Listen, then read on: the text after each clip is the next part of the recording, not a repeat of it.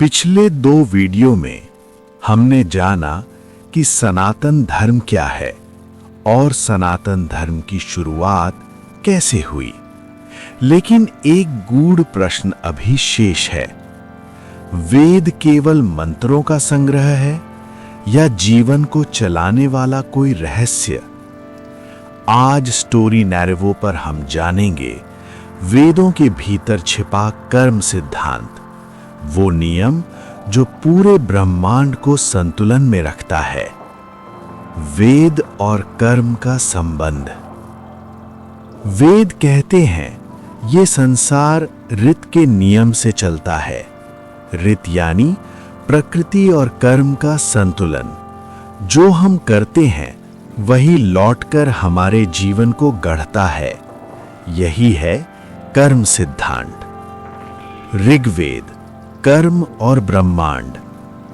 ऋग्वेद हमें सिखाता है कि कर्म केवल व्यक्तिगत नहीं होता, हर कर्म ब्रह्मांडीय ऊर्जा को प्रभावित करता है। इसलिए हर कार्य जिम्मेदारी के साथ करना ही धर्म है। यजुर्वेद, कर्म कैसे करें। यजुर्वेद कर्म करने की विधि सिखाता है। कर्म ऐसा हो जो समाज, प्रकृति और आत्मा तीनों के लिए हितकारी हो। कर्म की शुद्धता ही जीवन की शुद्धता है। सामवेद, कर्म की भावना। सामवेद कहता है कर्म केवल क्रिया नहीं, भावना भी है। वही कर्म फल देता है जो सही भावना से किया गया हो। यही कारण है कि निस्वार्थ कर्म सबसे शक्तिशाली होता है। अथर्ववेद, कर्म और जीवन। अथर्ववेद कर्म को जीवन की समस्याओं से जोड़ता है। भय, रोग, संघर्ष सब कर्म की ऊर्जा से प्रभावित होते हैं। सही कर्म ही जीवन को संतुलित करता है।